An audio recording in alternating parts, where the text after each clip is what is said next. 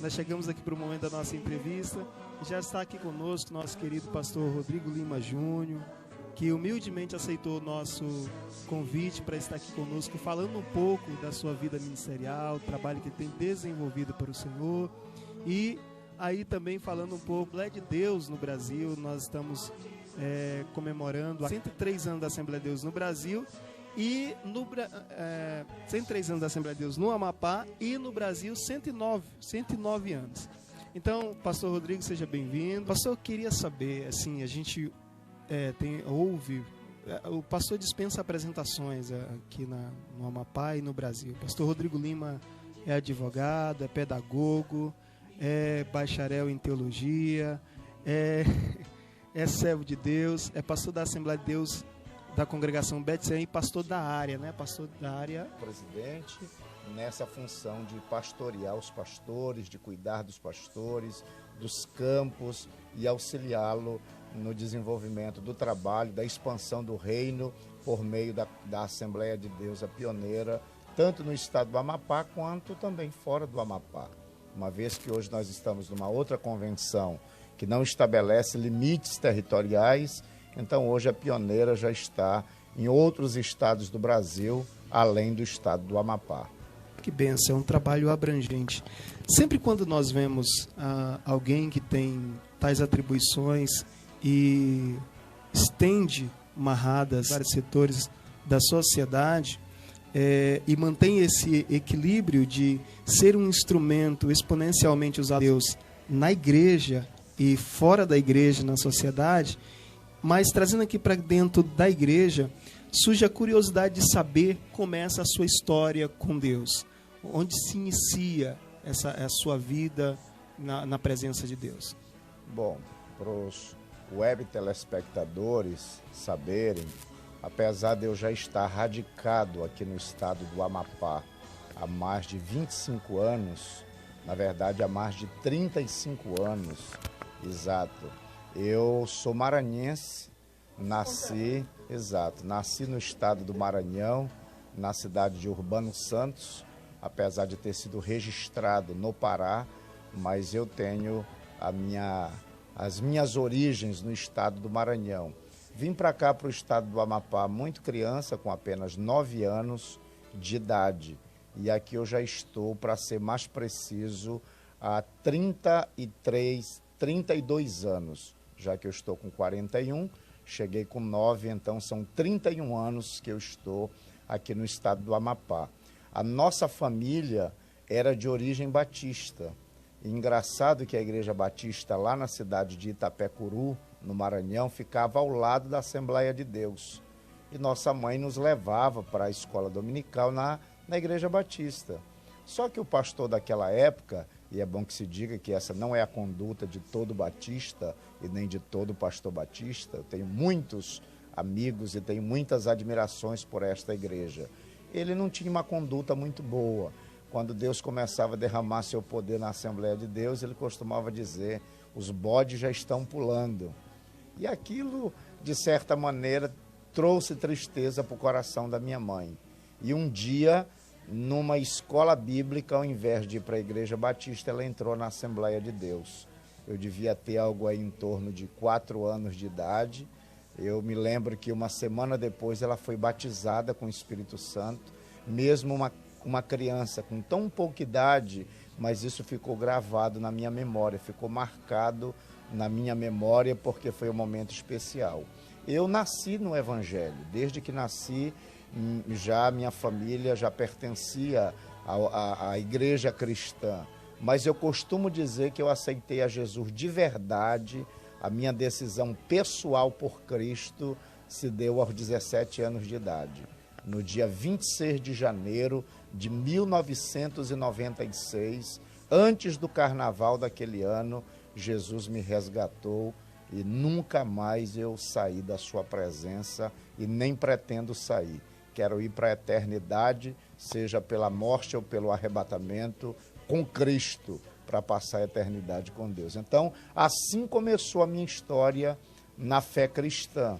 E claro, depois, aqui no estado do Amapá, eu comecei a desenvolver a minha fé no município de Laranjal do Jari, ao lado de um dos grandes pastores da Assembleia de Deus no estado do Amapá, o pastor Orlando de Moragaia, na igreja onde eu fui adolescente, fui jovem, fui cooperador, fui auxiliar, até auxiliar. Aí me casei no ano 2000, e em 2001, na verdade em 2000 mesmo, viemos para Macapá. E estou aqui com o pastor Otton desde 1999, porque eu já estava aqui em 99, fui me casar e voltei no ano 2000 para cá. Então agora em 2020 já se vão aí 21 anos trabalhando ao lado do pastor Otton. Estive na congregação Monte Oreb, onde iniciei a minha carreira ministerial com o falecido pastor José Maria de Oliveira Maciel, que a propósito, essa semana que passou, fizeram 7 anos do seu falecimento. Depois fui para uma congregação Monte Sinai. Depois fui para o Seminário Teológico em Pindamonhangaba, em São Paulo, em 2003. E lá eu fiquei de 2003 até 2008, quando retornei de volta para Macapá. E aí assumi a função de tesoureiro na mesa, depois administrador geral, depois segundo vice-presidente e agora segundo vice-presidente e administrador eclesiástico. Então, esse é o resumo da minha caminhada ministerial e eu tenho assim uma dívida de gratidão muito grande a esses homens que eu citei, pastor Orlando Gaia e muito especialmente o pastor Otton Alencar, que é uma pessoa que não só me inspira pela dedicação, pelo amor que ele tem pela obra de Deus, mas também pelo amor ao estudo, pela busca do conhecimento, sendo ele uma referência no Brasil, uma referência no estado do Amapá, nesse aspecto, assim como em outros aspectos também. Amém.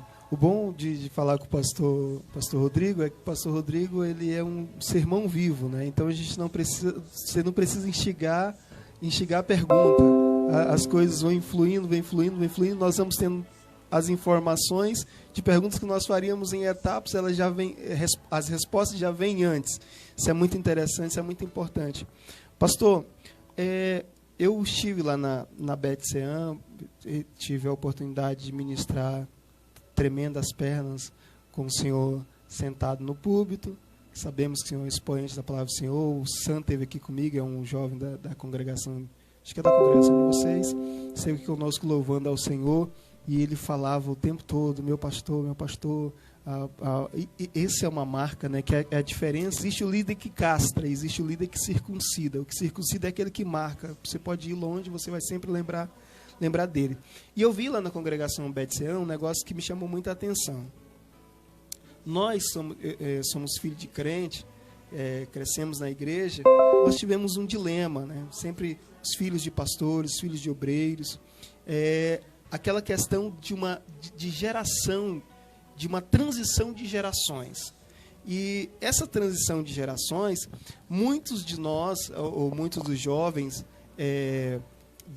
o senhor está aí no meio de 2 gerações, né, fazendo esse elo com muita excelência, mas, para não ficar muito longa aqui a minha base, muitos não se sentiam confortáveis, jovens, filhos, netos de Assembleia, não se sentiam confortáveis em congregar na Assembleia de Deus. Vieram as igrejas neopentecostais, os movimentos e tal, e muitos saíam. Eu vi ali na Bet-Sean um negócio muito interessante. Eu vi a massa jovem unida num negócio assim, e a junção de 2 gerações. Nos cultos eu estive presente lá, e quebrando completamente esse sofisma de que, é o tema do aniversário da Assembleia de Deus, que os meus filhos e meus netos servirão ao Senhor com alegria na Assembleia de Deus. Amém.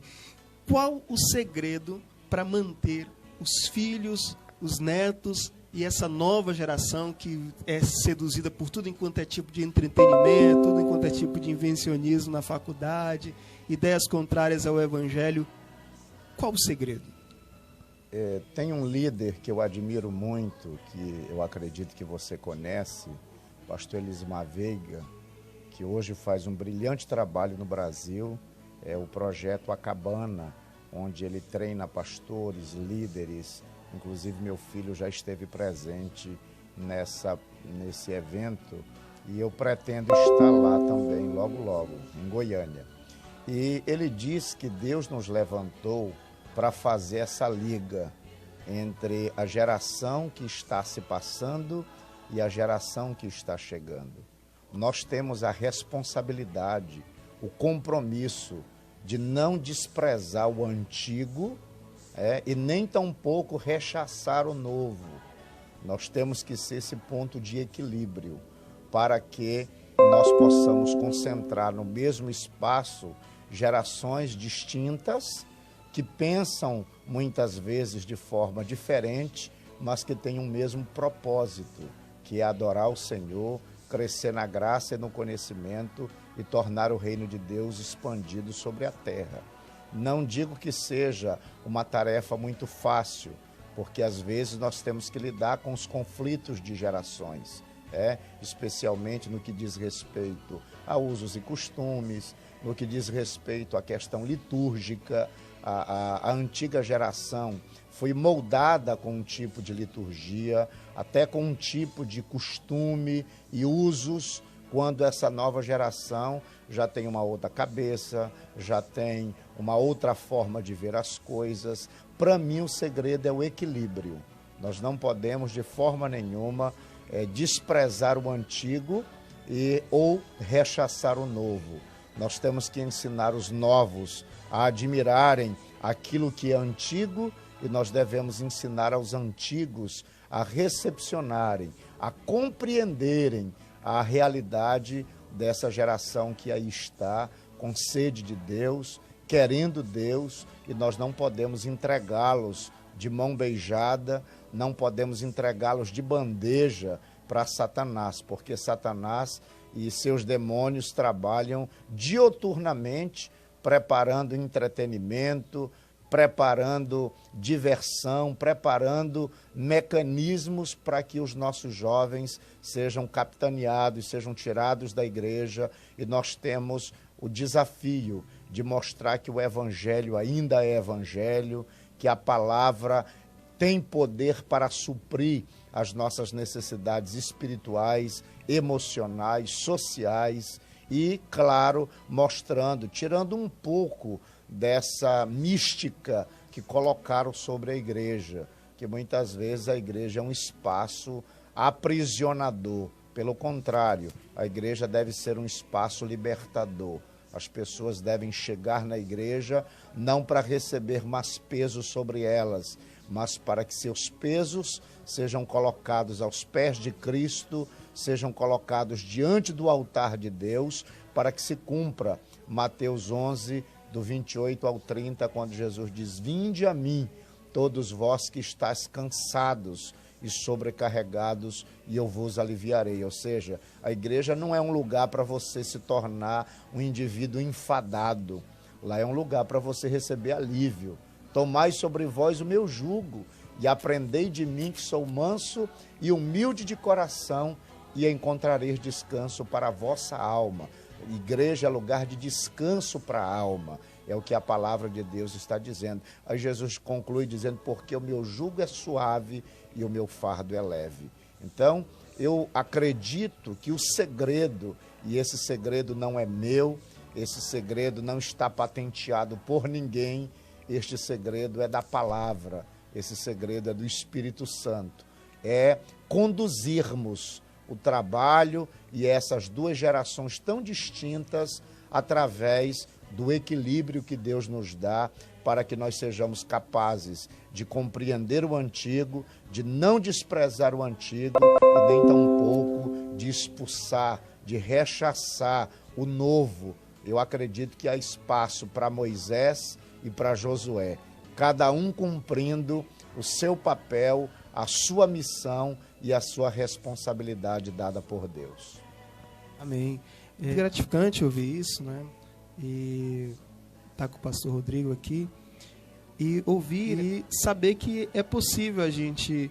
O que acontece que às vezes no Brasil é o seguinte: entraram alguns novos ministérios, e louvado seja o nome do Senhor por isso, mas que achavam que para ganhar a nova geração deveria introduzir tudo enquanto era tipo de coisa errônea, tudo enquanto era tipo...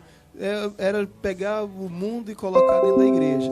E nós temos o que o pastor está dizendo aqui, que é o seguinte: com equilíbrio dá para receber essa geração, os que chegam e essa geração que está saindo, e isso é verdade, tanto é que ele está aqui e o filho está ali na mesa, chegou ali e se sentou porque tem vários talentos, e a gente vê isso claramente, é uma coisa que eu vi ali na Betsean, e que a gente tem vontade que aconteça no Brasil todo, que a gente sabe que em alguns lugares não é possível. Eu vou dar um exemplo, pastor Isaac. Lá na congregação, nós temos pelo menos 2 cultos.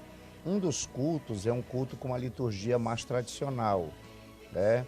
Os louvores, é aquele culto, nós ainda não temos orquestra, mas logo, logo teremos, é aquele culto que vai ter o coral, que vai ter a orquestra. Por quê? Porque tem um tipo de público que foi moldado com essa liturgia, certo?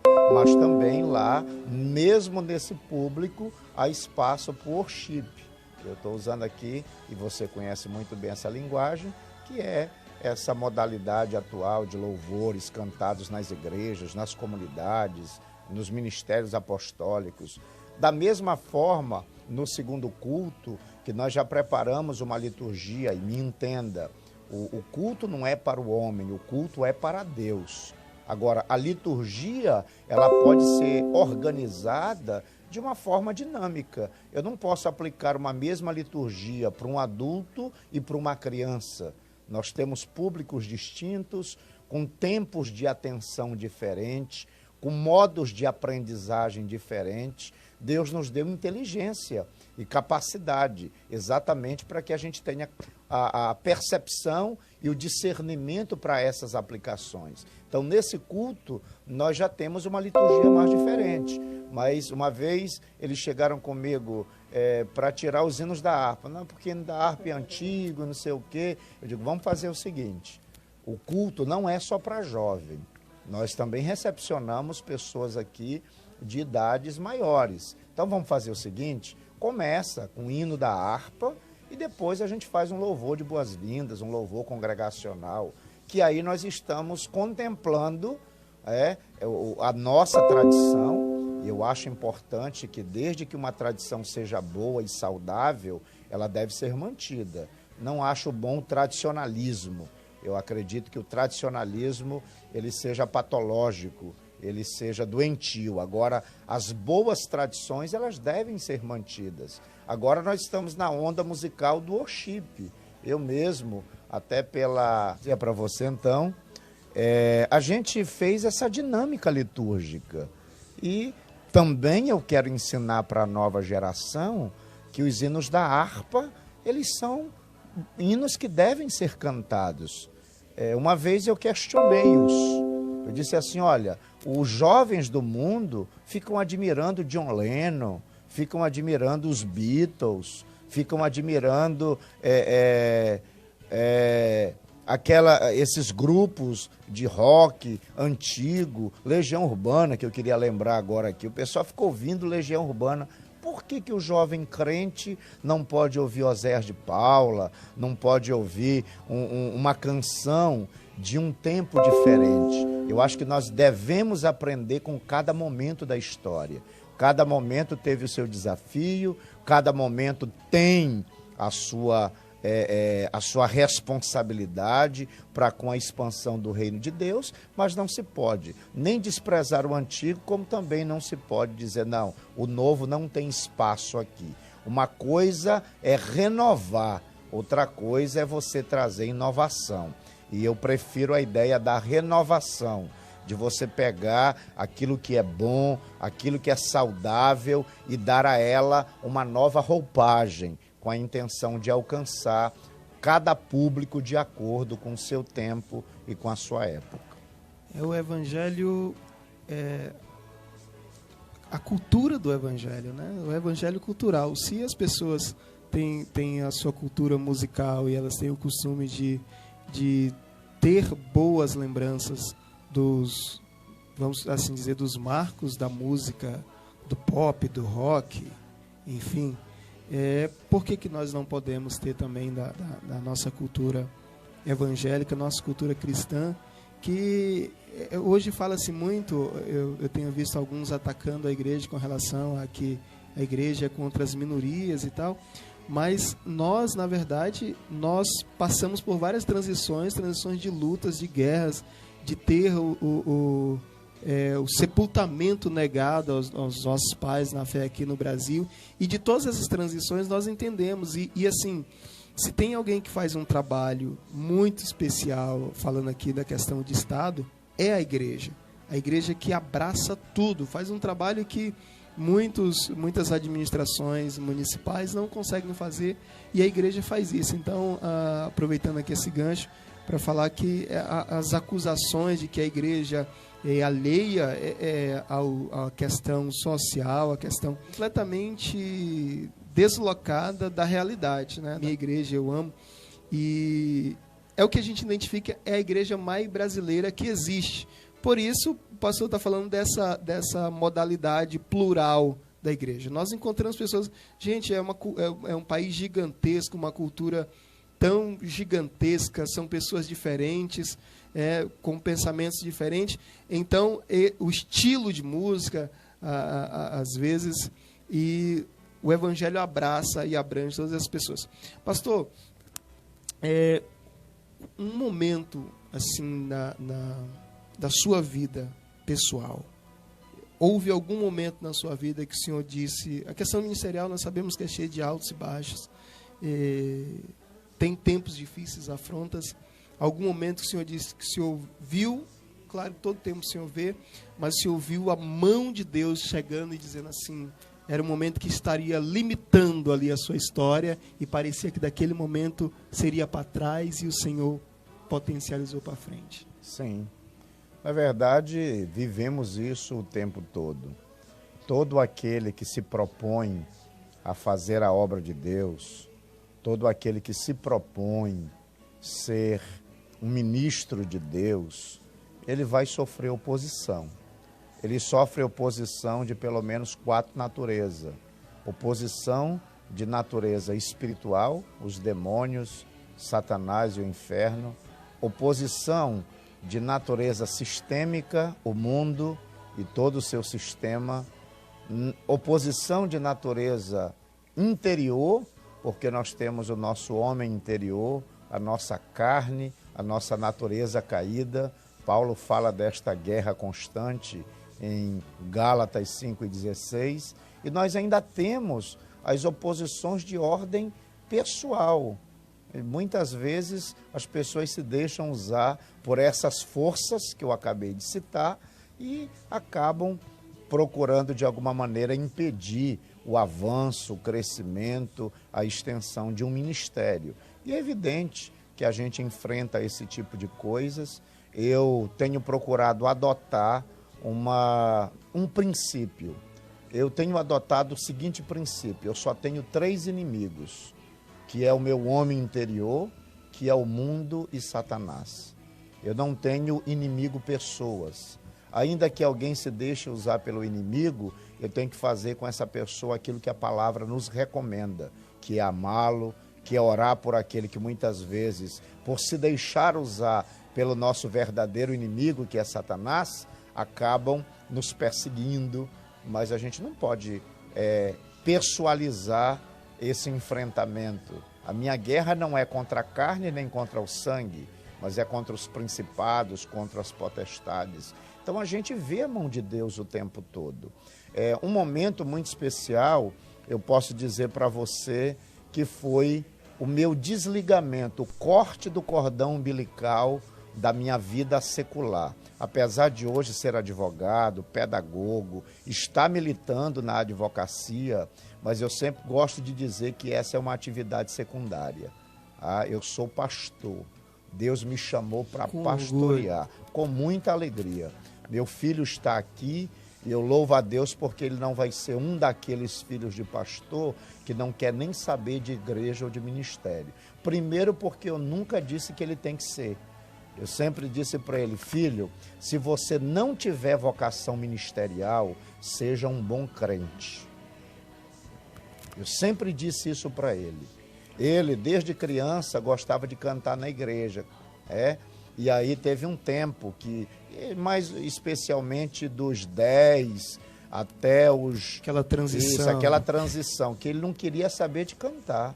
E nós nunca o obrigamos. Apenas uma vez eu disse, filho, eu entendo o seu momento, somente reflita sobre isso para que você não perca ou para que você não deixe de lado dotes e talentos que Deus colocou na sua mão. E no momento certo ele voltou, hoje canta, ontem estava cantando lá no centenário, nos 103 anos, tive o prazer, minha voz nem de perto chega próxima da dele, mas nós fizemos um dueto ontem, cantamos juntos e eu me alegro, mas a questão é essa, que eu nunca impus sobre ele essa responsabilidade de ter que ser, de ter uma vocação, de ter que ser pastor. Ele está se descobrindo como homem de Deus, como alguém que tem vocação para a obra de Deus, e é Deus quem vai conduzir.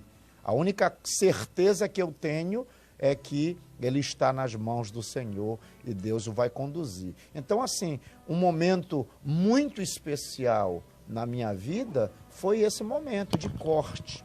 Eu era empresário aqui na cidade, a minha empresa era uma empresa muito conhecida, pra você ter ideia, eu trabalhava no ramo de tecnologia, fui professor da área de hardware, software, rede de computadores, manutenção de impressoras, de monitores, naquele auge da descoberta da computação, da democratização do microcomputador, quando as pessoas começaram a acessar de fato a internet, os microcomputadores. Então tinha uma empresa muito conhecida aqui na cidade. E esse corte do cordão umbilical, que foi quando Deus me tirou das minhas redes, usando aqui uma linguagem bíblica, que foi quando ele me chamou para ser pescador de homens, essa transição foi uma transição inicialmente difícil, porque quando você está acostumado a trabalhar para sustentar a sua família, eu já era casado, meu filho já tinha nascido, você sabe que com as forças da sua mão você vai conquistar. Agora, quando você é chamado para viver na dependência de Deus, até mesmo Deus me deu na época uma mensagem que eu prego até hoje. A difícil lição da dependência é você ter que abandonar, muitas vezes, a segurança e a estabilidade da sua vida secular para se lançar nos braços de Deus e ficar à disposição do reino. E aí, se você me perguntar, pastor, se o senhor pudesse voltar no passado, o senhor faria da mesma forma? Faria. Não tenho nenhum arrependimento, porque verdadeiramente ser pastor, ser um ministro do Evangelho, não tem nada neste mundo que me torne uma pessoa mais realizada do que estar no altar, comunicando a palavra, ou numa sala de aula, ensinando a palavra, ou na rua, falando da palavra para alguém. Isso me preenche, isso me completa, isso me torna uma pessoa realizada. Então eu digo sempre para o meu filho, filho, ser pastor é um privilégio. Essa é a visão que ele tem do ministério. Não é aquela visão da miserabilidade, do sofrimento. Não, porque eu não quero ser pastor, porque meu pai sempre... Não, meu filho nunca me viu reclamando do ministério. Nunca me viu dizendo, porque eu vou abandonar ministério e vou agora fazer minha carreira como advogado. Não, a advocacia continua sendo uma atividade secundária. A principal é cuidar de vidas. Glória a Deus. Isso é tão importante. A gente vê as pessoas que olham de fora da igreja, e hoje, com esse avanço da teologia da prosperidade, existe uma dificuldade das pessoas entender a função pastoral, né? E erroneamente na mente de alguns, eu converso com algumas pessoas de fora, né, de fora do nosso ciclo, e que pensam completamente contrário a gente, e às vezes alguns de lá acham que pastor é a função de quem não tem nada o que fazer na vida. E diga-se de passagem, hoje vários se fazem pastor, vários se fazem líderes. Foi ali, saiu da igreja, discordou do pastor, não quis estar debaixo do regaço do pastor, saiu, virou líder, virou pastor, e essas pessoas saem por aí ferindo pessoas, machucando pessoas, não passaram pelo processo de aprendizado, não se prepararam, enfim, e passam uma visão completamente errônea do que é um pastor treinado por Deus, treinado pelo ministério, que não pulou etapas, que avançou na presença do Senhor e que chegou a exercer a excelência do ministério na presença do Senhor. É isso. Acho que foi John MacArthur que diz que o ministério é um chamado ao autossacrifício e não à autopromoção. Então, a maioria dos verdadeiros pastores que estão exercendo o ministério, na verdade, eles, como eu falava ontem com uma jovem, eles abriram mão, né? Abriram mão de algo, como Paulo diz, considero tudo isso como esterco para ganhar Cristo. A gente vê isso, o pastor dizendo aqui que a principal função dele é ser pastor que vai e bate contra aquilo que é aquele complexo de inferioridade, de estar exercendo o ministério. Bom, nós já vamos partir para um final, porque o pastor está bem corrido. Eu tenho uma agenda muito corrida, o pastor, e nosso horário aqui também está encerrando. Mas, quando eu coloquei lá no status do meu WhatsApp, que eu ia estar com o pastor aqui entrevistando, alguém pediu para o senhor contar rapidamente, resumido, eu não sei porquê, como o momento que o senhor conheceu a sua esposa e quando vocês começaram a pensar em casar. Eu não sei se tem alguma história por trás disso.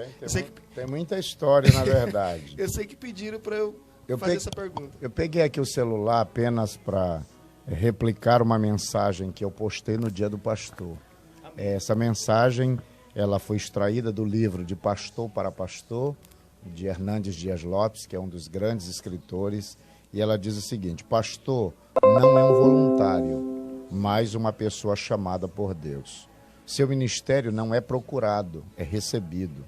Sua vocação não é terrena, mas celestial. Sua motivação não está nas vantagens, mas em cumprir o propósito divino. O ministério não é um palco de sucesso, mas uma arena de morte. Não é um camarim onde colocamos máscaras e assumimos um papel diferente daquele que na realidade somos, mas um campo de batalha cuja essência é a integridade. A vida do ministro é a vida do seu ministério. O pastorado não é uma plataforma de privilégios, mas um campo de serviços. Não é uma feira de vaidades, mas um lugar de trabalho humilde e abnegado. Hernandes Dias Lopes, página 36 deste precioso livro, De Pastor para Pastor. Bom, com relação à minha esposa, nós... Você vê que ele tem uma mente ligeira, né? Eu pensei que ia precisar reformular a pergunta, ele manteve.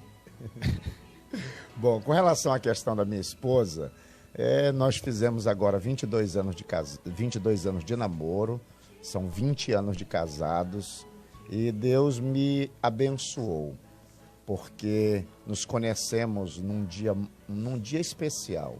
Eu fui pregar numa festa de jovens, era jovem com idade aí de cerca de 19 anos, ela tinha um pouco mais que 16, tinha 16 anos. E depois que eu terminei de pregar, tinha uma moça me olhando fixamente. Eu secando o rosto e olhando discretamente, percebi que tinha uma moça me olhando com muita intensidade. Bom, final de culto, cumprimenta um, cumprimenta outro, até que nos cumprimentamos. E ela então foi levar uma mensagem de Deus para mim. E de fato foi uma mensagem de Deus para o meu coração. Nos tornamos amigos, depois essa amizade começou a se intensificar, até que nós começamos a namorar. Namoramos pelo período de um ano. Depois de um ano de namoro, ela disse para mim: vem cá, não vai me pedir noivado, não? Aí eu disse: tudo bem, vou lhe pedir. Fiz o pedido. Noivamos numa festa de jovens lá em Laranjal. Ainda recordo que foi o pastor Santos Rodrigues, do Rio de Janeiro, estava pregando lá, que fez o nosso noivado. E 8 meses depois nós casamos. Nos casamos no dia 8 de março de 2000. E um ano depois, nosso filho havia nascido no dia 28 de março de 2001. E aí Deus tem construído, através das nossas vidas, uma história muito bonita. Minha esposa é uma mulher temente a Deus, é uma pessoa que também ama a obra de Deus, tem se dedicado na busca do conhecimento para crescimento. Ela também fez o seminário quando eu estava lá, nós fomos juntos como casal. Ela também tem a sua formação, tem o seu trabalho, já está à frente da MAAD já está há 12 anos à frente da MAAD. Quando você já teve a oportunidade de pregar em programações da missão com adolescentes da Assembleia de Deus. Primeiro congresso que ela fez, ela reuniu em todo o campo 300 adolescentes. Hoje são quase 2.000 adolescentes. O último congresso que nós fizemos no SETA Eco Hotel tinha cerca de 3.000 pessoas reunidas, e Deus tem abençoado o trabalho da pastora Irene pela dedicação, pela integridade ministerial, por ser ela uma mulher de Deus, uma pessoa dedicada, que ama os adolescentes, esse trabalho que Deus confiou nas suas mãos. Agora, ela também está com o Encontro de Adolescentes com Cristo, que é o EAC, também faz o Encontro com Deus de Adolescentes, que é o Reaviva MAAD. Está sendo assim muito custoso para ela esse tempo de isolamento social, porque a missão com adolescentes tem uma agenda intensa de trabalhos no decorrer do ano. E esse ano, em virtude desse momento, não se pôde fazer muita coisa. Inclusive a EBA, que é a Escola Bíblica de Adolescentes, onde todo ano eles fazem a abordagem de temas muito importantes. Já foi tratado questão de abuso sexual, já foi tratado violência doméstica, já foi tratada algumas patologias psicológicas. Então, sempre estão sendo tratados algum assunto dessa ordem. Então, minha esposa é uma pessoa extraordinária, que dispensa comentários, porque, de fato, é uma mulher de Deus, uma excelente mãe, uma esposa maravilhosa, e é uma bênção que Deus colocou nas minhas mãos. Pronto, está respondido para você. Pastor, nós estamos vivendo um período bem difícil da nossa nação, o mundo, né? E informações, desinformações, e crise e recessão econômica. E, obviamente, nós somos uma população, a Assembleia de Deus é uma população, os cristãos no Brasil. E maiores desafios da igreja nesse período, durante e pós-pandemia, que em nome de Jesus nós estamos saindo disso, em nome de Jesus. Pastor Isaac, a igreja ela cumpre um papel social muito importante. A igreja não deve ouvir alguém falando que a igreja seria o último recurso para as pessoas no período da pandemia, querendo até fazer uma abordagem da necessidade das igrejas estarem abertas. Mas eu não acredito que a igreja seja o último recurso. A igreja deveria ser o primeiro recurso. É claro que nós temos toda uma estrutura de saúde, é evidente que o Estado tem a sua responsabilidade dentro de todo esse caos que nós estamos envolvidos, mas a igreja cumpre um papel importante. A igreja cumpre principalmente o papel de levar as pessoas a ter tranquilidade, a ter paz, a ter segurança. Evidentemente que tudo isso emana do trono da graça de Deus, porque nós aprendemos que ter paz não é ausência de guerra, mas é tranquilidade em meio à guerra, em meio aos conflitos. E a igreja cumpre esse papel. Eu li uma nota que eu ainda vou conferir, para que a gente veja se é ou não fake news, já que nós estamos agora tão atrelados a essas questões. Inclusive já há lei estadual penalizando quem propagar fake news. O governo do estado acabou de sancionar a lei estadual que já criminaliza a propagação, a replicação, o compartilhamento de notícia falsa, especialmente em relação à pandemia. E alguém publicou uma nota dizendo que a OMS divulgou recentemente que eventos religiosos estão aumentando o contágio da Covid. Então, Isso a gente acaba vendo muitas vezes com preocupação. Eu aproveito aqui o seu programa para dizer que a Assembleia de Deus, a pioneira, está procurando ser muito responsável com isso, procurando obedecer os decretos, tanto estaduais quanto municipais. Não descumprimos nenhum deles. E agora, nesse último do dia 12 de junho, todos os critérios estabelecidos pelo decreto municipal foram cumpridos nas igrejas que se abriram. Para você ter uma ideia, pastor, das 160 igrejas que a Pioneira tem na capital, somente 12 igrejas abriram, porque foi estabelecido um rigoroso protocolo para que as igrejas pudessem reabrir, atender a questão do distanciamento, já que o decreto instituía que não podia ter uma pessoa, era uma pessoa a cada 4 metros quadrados. Então pegamos a metragem da nave da igreja, dividimos por 4 para estabelecer a quantidade máxima de pessoas dentro do templo, que não podia passar de 50.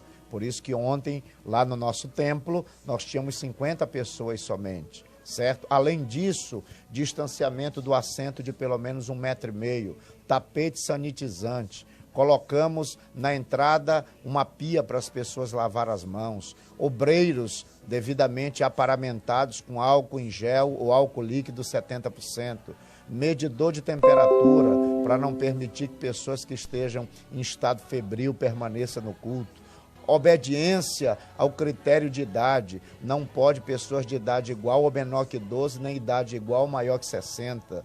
Então nós estamos cumprindo todos os critérios. Para quê?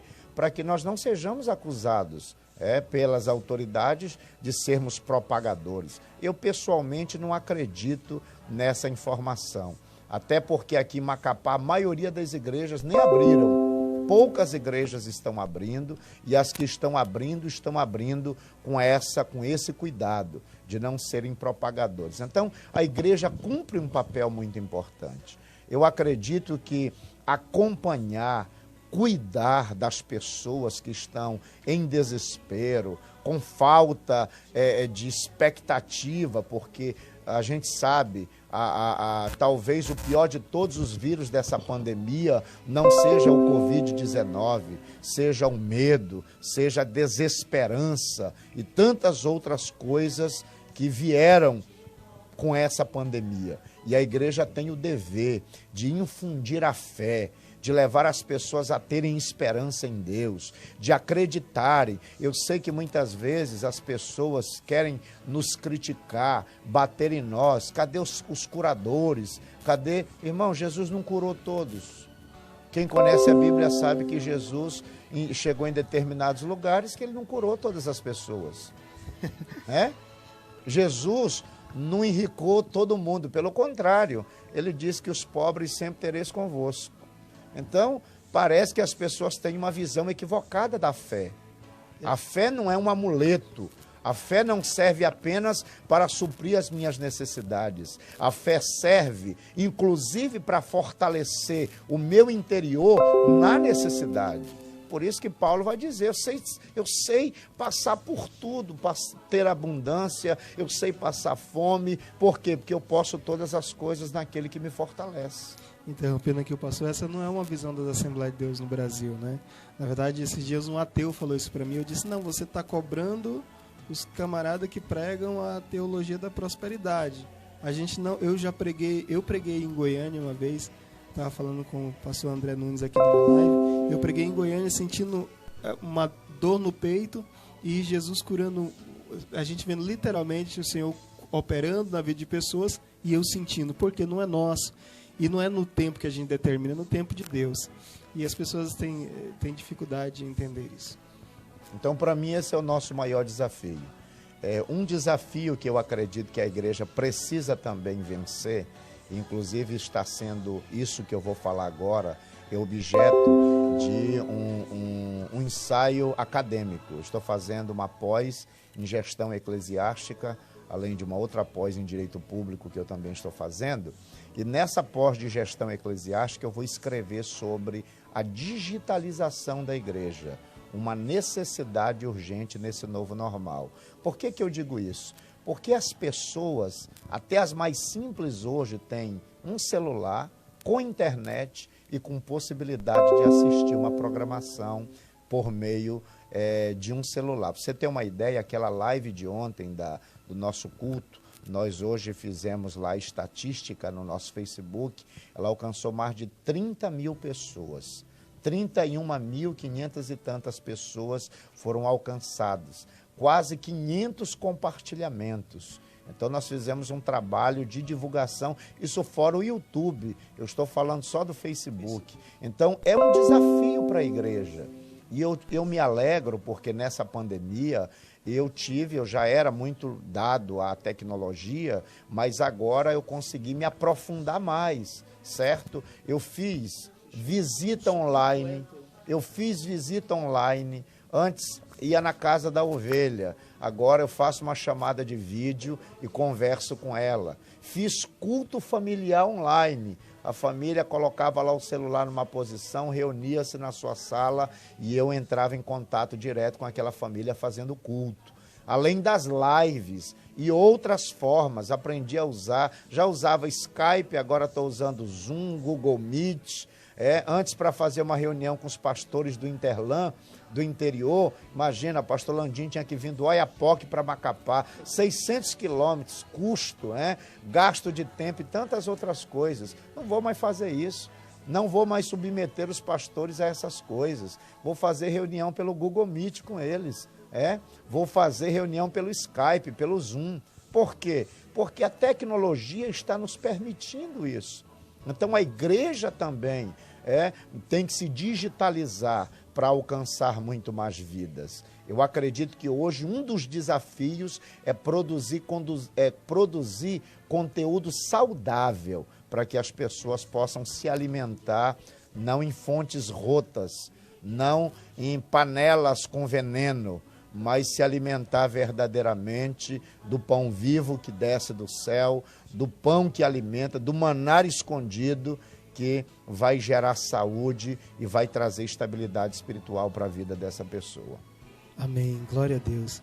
É uma coisa bem interessante, a gente estava falando esses dias que a internet, sempre a gente passava nas linhas do tempo, estava aquela que recebe várias críticas, que as lives das revelações, a gente acredita em revelações de Deus, profunda de Deus, e no período da pandemia a gente começou a passar e estavam lá vários pastores sérios, com a família, sentados, pregando o evangelho.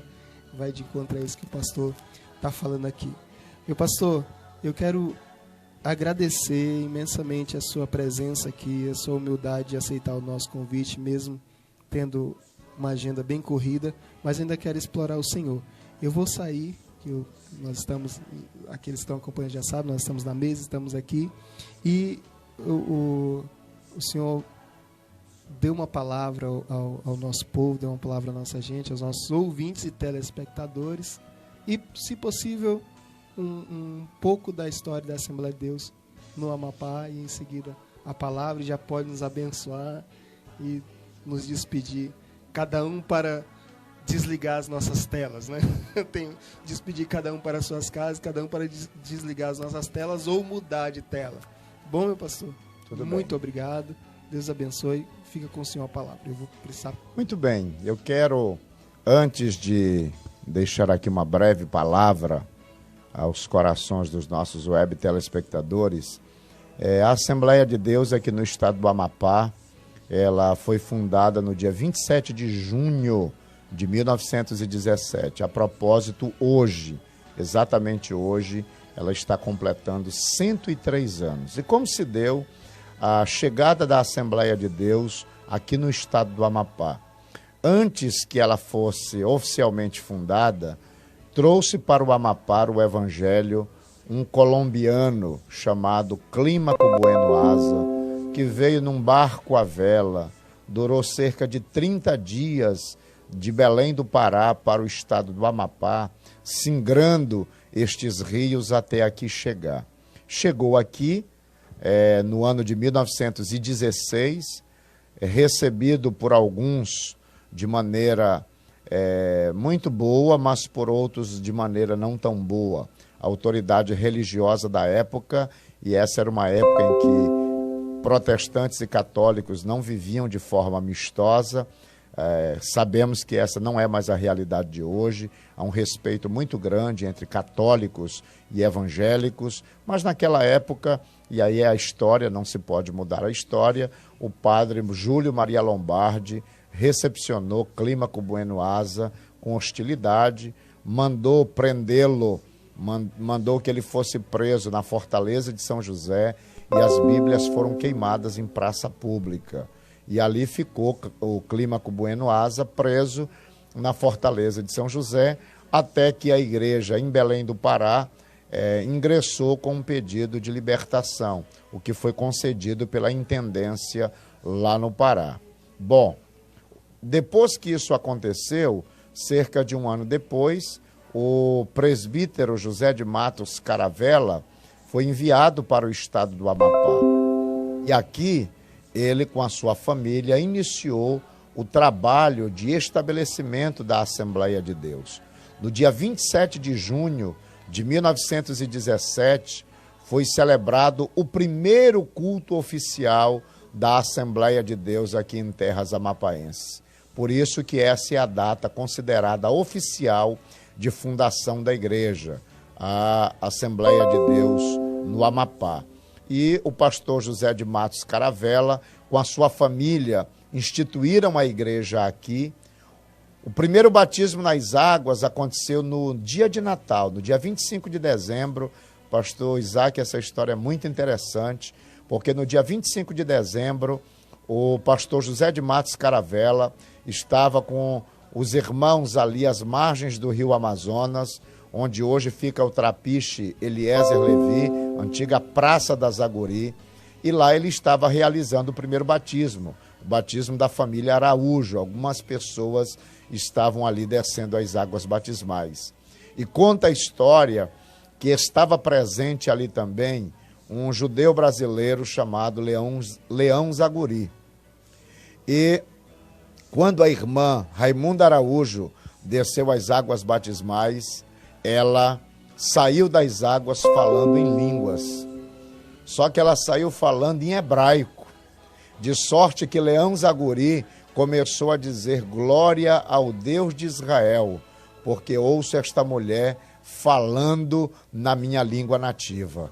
E ela era uma pessoa simples, que nunca tinha ingressado numa escola de idiomas, muito menos havia aprendido o hebraico, mas ela foi batizada com o Espírito Santo naquele dia. E é um fato histórico, é um momento especial da história da nossa igreja que nós estamos celebrando neste dia. E, inclusive, ontem eu estava meditando sobre aquilo que Josué declarou aqui no seu livro, de Josué capítulo 24. Vamos pegar aqui e o verso 15, 14, 15, salvo o melhor juízo. Josué 24, 14, 15. Quando Josué faz uma declaração muito importante. Ele diz assim: agora, pois, temei ao Senhor e servi-o com sinceridade e com verdade, e deitai fora os deuses aos quais serviram vossos pais, da além do rio e do Egito, e servi ao Senhor. Porém, se vos parece mal aos vossos olhos servir ao Senhor, escolhei hoje a quem sirvais. Se os deuses a quem serviram vossos pais, que estavam da além do rio, ou os deuses dos amorreus, em cuja terra habitais. Porém, eu e minha casa serviremos ao Senhor. Como eu disse na entrevista, nós temos uma grande responsabilidade. Eu não quero ser denominacionalista aqui, porque alguém pode até nos criticar. Como assim? Meu filho, meus netos servirão ao Senhor com alegria na Assembleia de Deus. É só a Assembleia de Deus que é a igreja? Não, não estamos com este tema desprezando ou desrespeitando as outras instituições que existem, não só em Macapá, mas no estado do Amapá e no Brasil. Mas a história não pode ser desprezada. Quando nós dizemos isso, nós queremos que os nossos filhos sigam a mesma fé que nós tivemos. Eu gosto muito de uma frase de um amigo que dizia que a Assembleia de Deus pode até não ser a melhor igreja, mas ela é uma das boas igrejas que existe no Brasil. Uma igreja séria, uma igreja comprometida com os princípios do reino, uma igreja comprometida com a vida das pessoas, com o trabalho social, uma igreja preocupada com a expansão do reino. Então, nós queremos que os nossos filhos também olhem para esta denominação e a admirem, e a respeitem, e sigam essa fé, ensinando também para os nossos netos, ensinando para os nossos bisnetos. E assim, as gerações que virão, elas continuarão fazendo esta importante obra, cumprindo esta importante tarefa. É muito importante que você, pai, que você, mãe, que me assiste hoje, entenda o valor, a importância que existe em você levar o seu filho e a sua filha a ter a mesma fé que você tem. Claro, desde que essa fé seja bíblica, saudável e que tenha o condão de lhe conduzir para a eternidade com Deus. Então nós temos essa responsabilidade. Josué, aqui no final do seu livro, ele tem esta preocupação. A preocupação de levar aquela geração que ele estava conduzindo à fé que os seus pais tiveram. E nós vamos ver, inclusive, o seguinte, que ele não foi muito feliz nesta tarefa. Porque quando você chega no livro de Juízes, capítulo 2, a Bíblia diz que depois que ele morre e que os anciãos também da sua geração morrem, se levantou uma geração que não conhecia o Senhor. E eles começaram a fazer aquilo que era mal aos olhos do Senhor. E as consequências estão logo ali. Isso quer dizer o quê? Que quando uma geração não se preocupa com a geração que está chegando, de ensiná-la os princípios, os valores, os fundamentos da fé, esta geração ela pode se perder. Numa conversa com o meu filho, ele disse uma coisa muito interessante. Nós estávamos falando sobre conflito de gerações. E aí eu disse, e aí eu assumo que eu disse isso, porque essa geração, aí eu comecei a dizer isso. Aí ele olhou para mim e disse, bom, se a nossa geração está assim, a culpa é da geração de vocês. E de fato, nós temos a responsabilidade de preparar a próxima geração. Nós temos a responsabilidade de fazer aquilo que Josué fez aqui, de preparar a geração que está chegando para ter a mesma fé que nós temos, para servir ao mesmo Deus que nós servimos.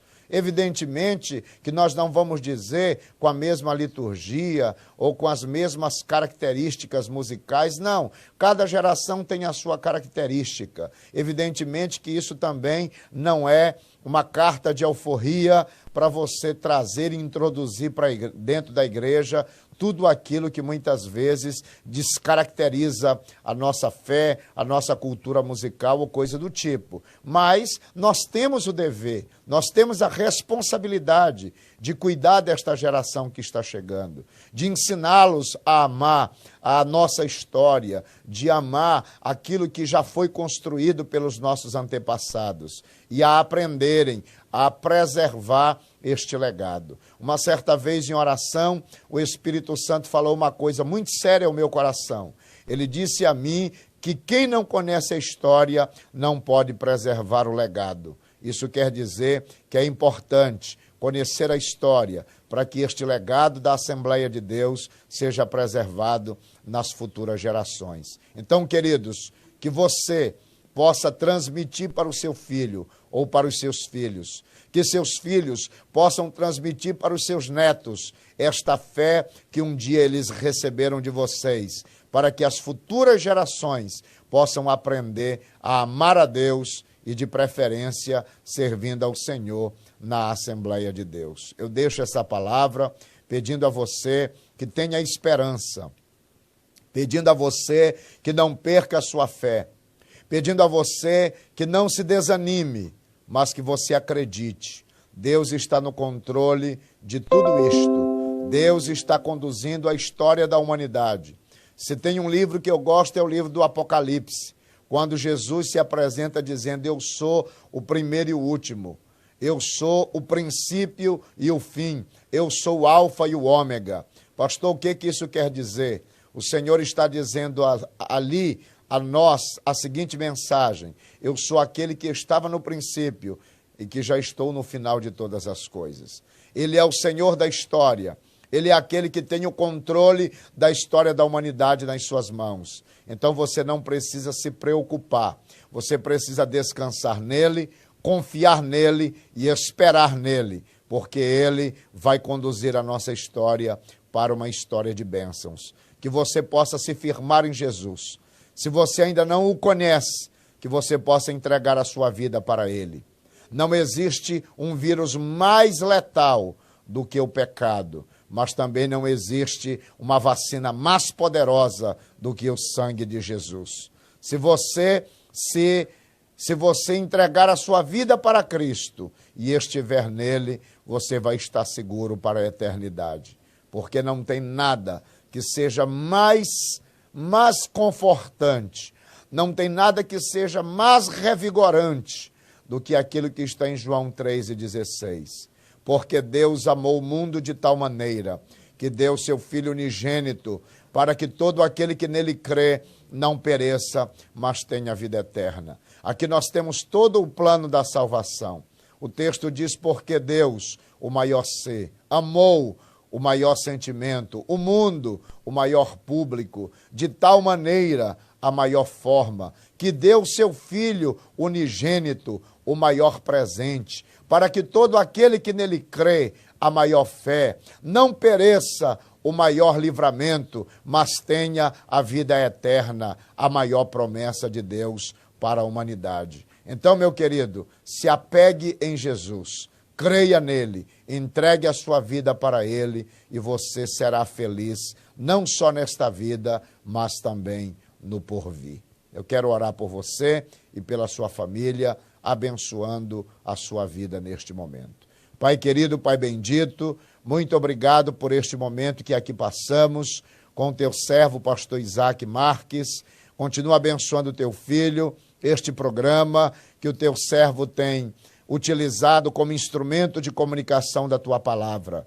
Eu te peço neste momento, Senhor, também a tua bênção sobre todos os web telespectadores, que o Senhor possa alcançá-los com salvação, com cura, com perdão, com libertação, que cada uma das vidas que neste momento estão assistindo, acompanhando esta programação, que elas possam ser alcançadas por Ti, ó Deus. Eu oro neste momento, suplicando ao Senhor, em favor da minha vida, da minha família, em favor do ministério que o Senhor me confiou. Que o Senhor me preserve, que o Senhor me guarde, guarde o meu coração, guarde a minha vida, guarde, Senhor, a minha caminhada. Tu sabes que eu sou eterno dependente de Ti, que tudo que tenho, que sou e que faço, eu dependo do Senhor. Obrigado, ó Deus, pela vida do nosso líder, pastor Otto Miranda de Alencar, pela vida do pastor Iaci Pelas dos Reis. Continua abençoando a vida dos nossos líderes,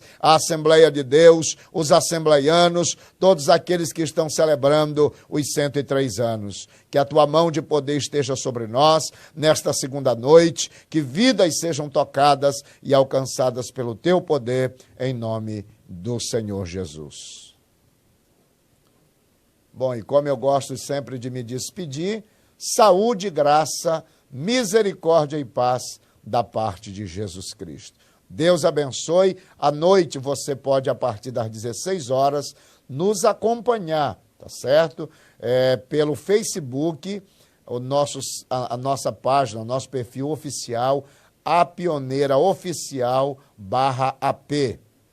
A Pioneira Oficial /AP. Ou então no YouTube você coloca lá TV Pioneira, e você vai conseguir assistir tanto pelo YouTube quanto também pelo Facebook. Vou pedir que meu amigo pastor Isaac Marques abra uma sala de vídeo para que ele transmita também a nossa festa hoje. Vai pregar a palavra o pastor Cláudio Gama. Eu tenho certeza que mais uma vez nós vamos ser impactados pela palavra do Senhor Jesus. Deus abençoe. Obrigado, pastor Isaac. Um beijo no coração de todos.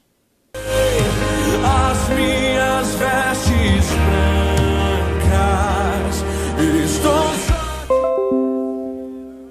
Bom, meus irmãos, voltamos aqui depois desse momento exponencial de ministração, de palavra, de história, essa vida velada por Deus, esse ser irmão vivo que é o pastor Rodrigo Lima Júnior, que abrilhantou aqui o nosso estúdio e aí a sua tela com essa palavra, com essa história abençoada, para a glória do nome do Senhor Jesus. O Evangelho, ele vai rompendo, ele vai avançando, não há, pode levantar, quem quiser levantar, não dá para parar a igreja verdadeira, a igreja do Senhor Jesus, que está sempre abundante, sempre crescendo na presença do Senhor. Eu agradeço a todos que participaram conosco. Amanhã nós estaremos aqui a partir das 10 da manhã. Siga a Web TV Açaí nas redes sociais, siga as nossas páginas na rede social, pastor Isaac Marques, siga o pastor Rodrigo Lima e a Assembleia de Deus Pioneira, e esteja mais tarde acompanhando nas redes da Assembleia de Deus Pioneira a programação dos 103 anos da Assembleia de Deus Pioneira no Amapá. Deus em Cristo vos abençoe pelo Espírito, fique na paz do Senhor.